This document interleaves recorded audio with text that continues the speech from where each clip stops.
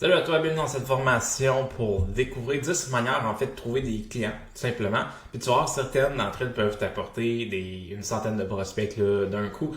Il y en a une d'entre elles qu'on a fait le test récemment avec deux conseillers. Ça leur a apporté un peu plus de 300 prospects en l'espace d'un week-end. Puis c'est vraiment des prospects ciblés. Ça leur a permis de booker en dedans d'un week-end une trentaine de rendez-vous et il va y avoir d'autres rendez-vous qui vont découler de ça.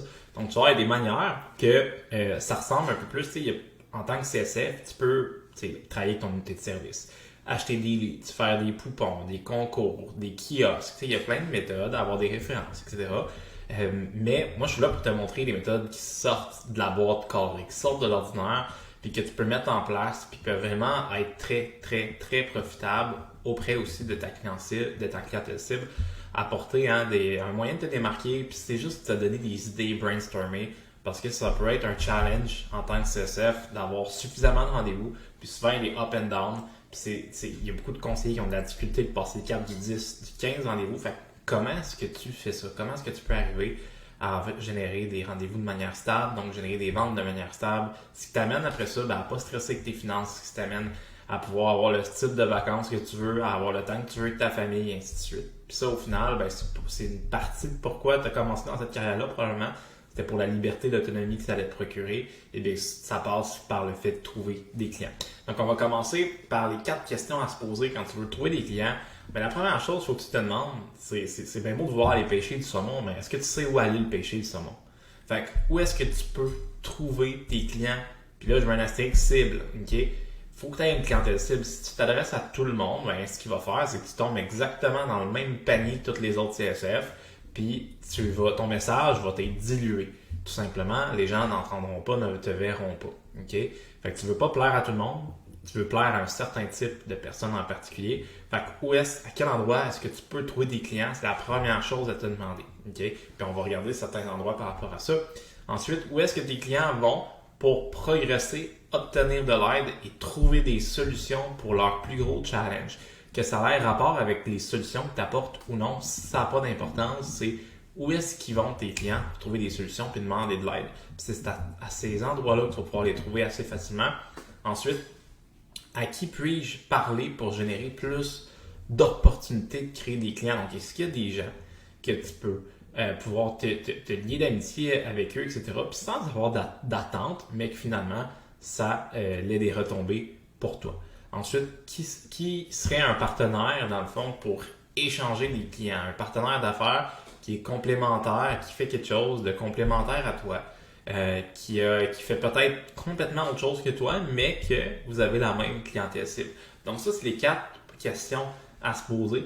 Puis je te demande de vraiment prendre le temps de te poser ces questions-là puis d'y répondre. Pas seulement de regarder la vidéo puis ah oui, c'est des bonnes idées, puis finalement de passer à autre chose. Non, prends vraiment le temps d'y répondre puis de réfléchir là-dessus. Parce que tu peux voir qu'en faisant cet exercice-là, tu peux avoir des idées qui vont te venir tout d'un coup. Puis parle-en avec les gens qui t'entourent, qui sont dans le domaine, etc. Parle-en avec des gens à qui tu fais confiance, qui sont proches de toi et tout. Puis brainstormer sur le sujet. Ça va vraiment aider. Au pire, viens m'en parler. Moi, je vais pouvoir aussi te donner des idées. Fait que la première chose, c'est d'assister aux événements que tes clients cibles participent. Fait que on revient à la question, où puis-je trouver mes clients cibles? Dans les événements qu'ils participent. Donc, je vais te donner un exemple. Si, par exemple, tes clients, c'est les investisseurs immobiliers, eh bien, est-ce qu'ils participent à des événements en personne sur l'immobilier? Est-ce qu'ils participent, par exemple, à un bootcamp sur l'immobilier organisé par une entreprise de formation sur l'immobilier? Si oui, ben, il faut que tu assistes, il faut que tu puisses te lier d'amitié. Moi, une des choses que je faisais en tant que CSF, mais étant donné que ma clientèle cible, dans ma dernière année, c'était principalement les gens qui investissent en immobilier, eh bien, je participais à tous les bootcamps de la MRX, qui est une organisation qui coach sur justement l'immobilier. Et leur bootcamp regroupait 400-500 personnes. Ben moi, j'étais capable de connecter avec ces personnes-là, puis ça me générait des rendez-vous. Ça faisait en sorte que je faisais plusieurs ventes à chaque bootcamp qu'ils organisaient, puis on organisait 1 ou 3 mois à peu près. Donc, ça me permettait de bootcamp en bootcamp de tout le temps m'alimenter de nouveaux prospects cibles.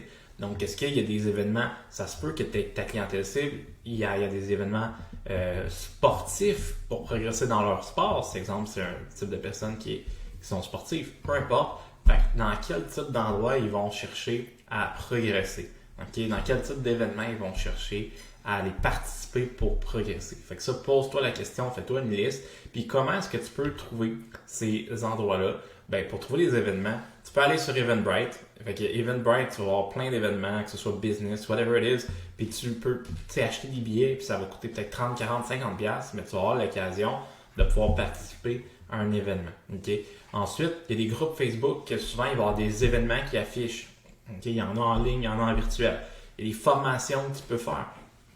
Moi, quand j'étais CSF, j'ai fait une formation quand même de haut niveau qui m'avait coûté plusieurs milliers de dollars, puis j'avais fait ça avec d'autres entrepreneurs. On était 12 entrepreneurs pendant 49 jours de mémoire. Donc, on était 12 entrepreneurs, puis c'était une formation sur le développement perso, mais aussi productivité, principalement. Développement perso, productivité, confiance, comme.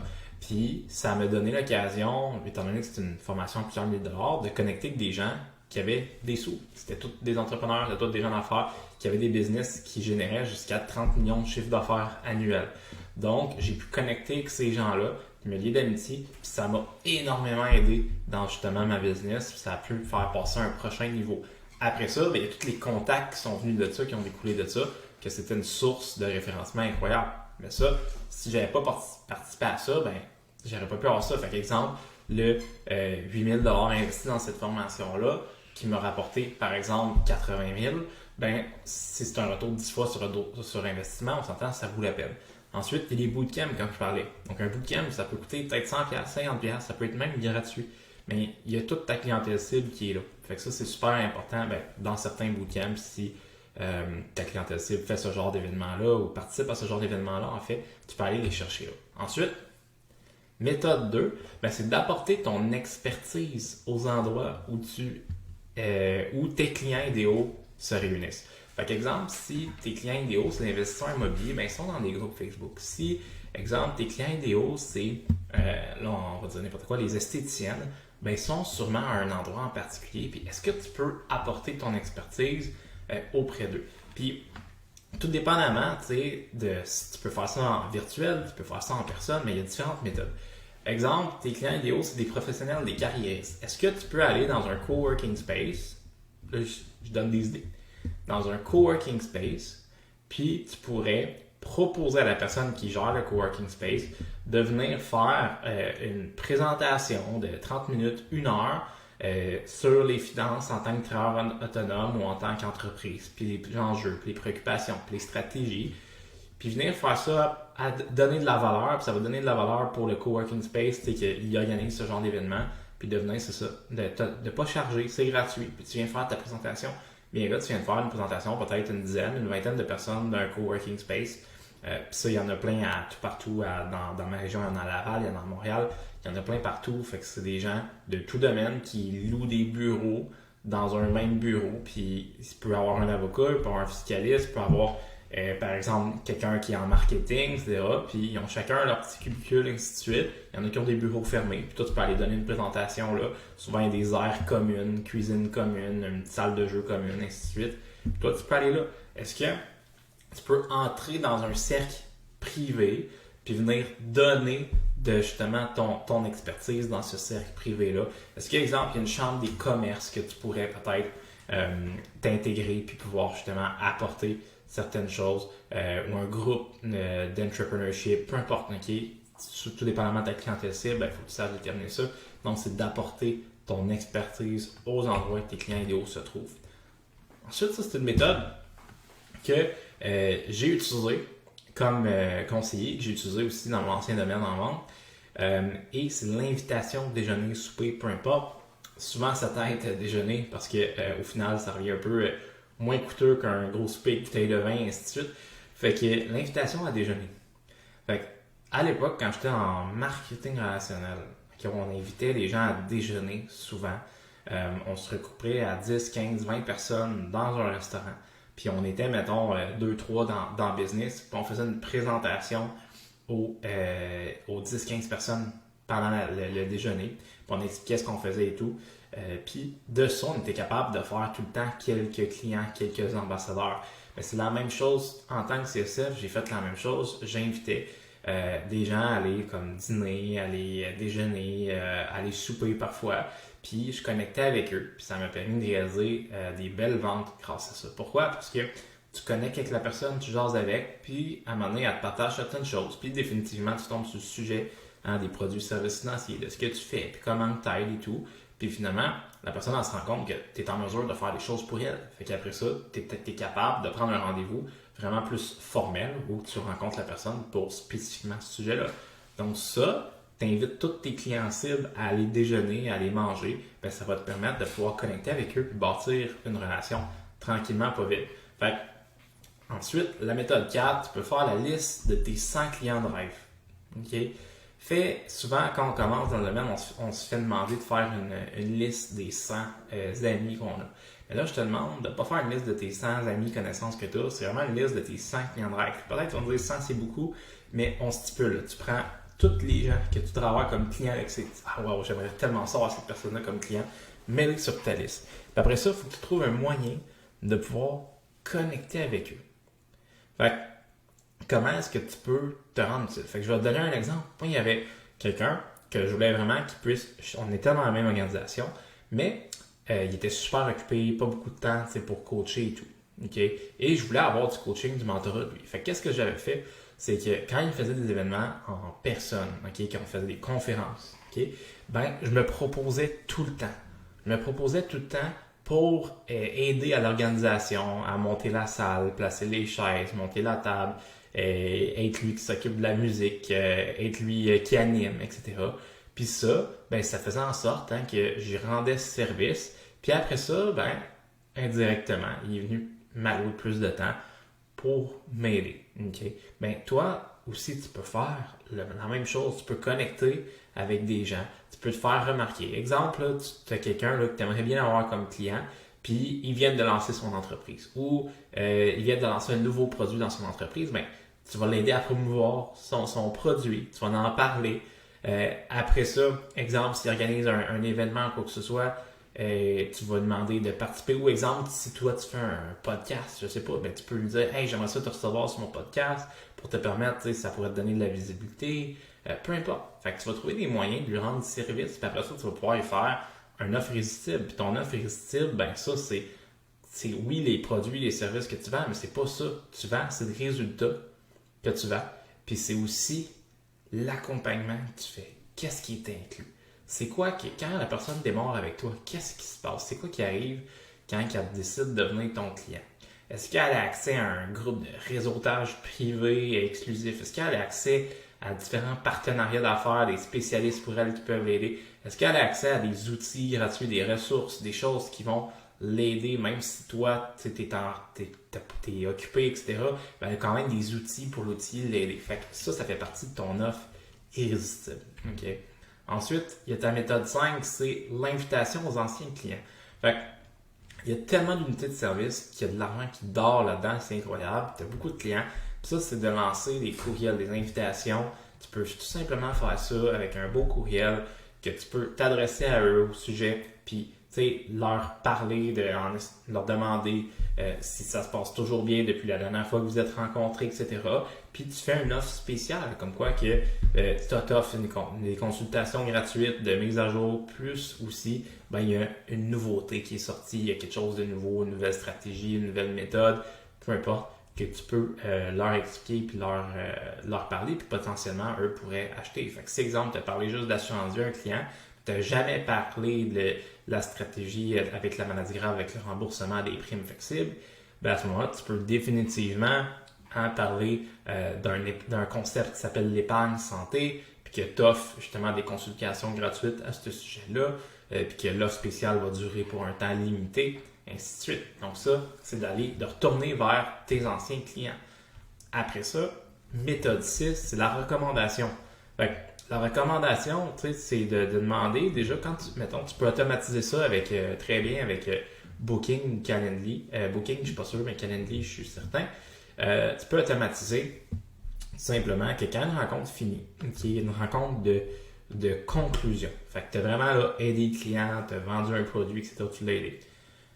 Quand la rencontre finit, automatiquement, il y a un courriel qui s'en va. Puis que ça fait un petit sondage. Exemple, sur une échelle de 1 à 10, à quel point est-ce que tu me recommanderais à un ami? Puis tous ceux qui répondent comme 8 en montant ou 7 en montant, ben tu vas les téléphoner. Puis là, tu vas dire, hey, salut, je te remercie d'avoir répondu au sondage et tout. J'ai vu que tu as répondu à la question sur 1 à 10, tu me recommanderais à 8 sur 10 à un ami. Pourquoi est-ce que tu sens que tu me recommanderais 8 sur 10 sur un ami? Ah, ben pour telle raison.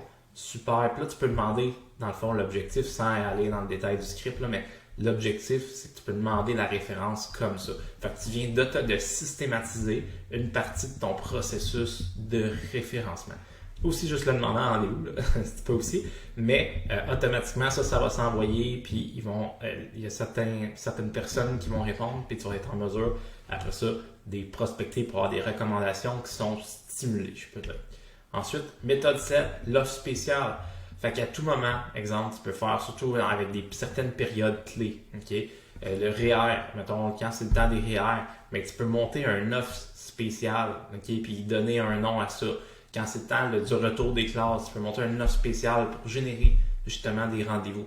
Donc ça, c'est quelque chose qui peut juste pour te démarquer, te différencier. Fait qu'au lieu d'être juste une rencontre d'analyse de besoins financiers, ben tu donnes un nom à ça. Puis tu peux peut-être bâtir un petit outil gratuit qui est brandé pour, mettons, la saison, exemple, mettons si c'est pendant Noël, fait que juste avant les REER, peu importe. Fait que ça, tu décides, mais c'est de faire un offre spéciale. Les gens vont être tout le temps curieux face à ça. Okay? Ton offre spéciale, ben, tu peux l'envoyer à tous tes anciens clients aussi. C'est ça qui est le fun de ça.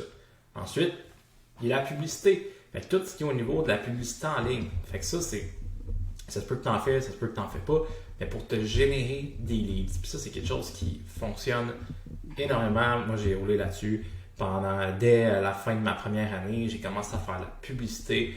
Ça m'a permis rapidement de monter dans les grades au niveau de surtout l'assurance. C'était principalement de la publicité pour l'assurance. Puis, tu sais, la publicité, ce que ça te permet de faire, c'est juste d'avoir de la prévision dans ton agenda. Après ça, ce qui fait que c'est exponentiel, c'est toutes les références que tu sors de ça, puis les portes que ça t'ouvre. Fait que définitivement, aujourd'hui, de pouvoir avoir son propre système de publicité, puis ça, c'est ce que j'enseigne aux membres de la méthode Rock, avoir vos propres systèmes de publicité. Plus besoin d'acheter les leads, tu te les génères toi-même, tu as le contrôle là-dessus. C'est comme un effet robinet. T'en veux plus, ouvre le robinet, t'en veux moins, ferme le robinet, puis t'en veux plus pantoute, ferme le robinet complètement, puis c'est tout. C'est que ça, c'est un atout qui te permet vraiment de simplifier ton acquisition client, puis d'avoir des gens qui sont un petit peu plus intéressés. Ça veut pas dire qu'ils vont acheter, ça veut pas dire qu'ils n'auront pas d'objections, ça veut juste dire qu'ils sont possiblement à la recherche actuellement, puis toi, tu as peut-être des solutions qui peuvent les aider. Après ça, méthode 9, mais c'est un petit peu plus des méthodes email marketing. Il faut savoir comment faire du marketing, comment bien écrire les choses. Mais si tu sais ça, tu as une clientèle cible, l'email marketing peut te permettre d'aller chercher des nouveaux clients.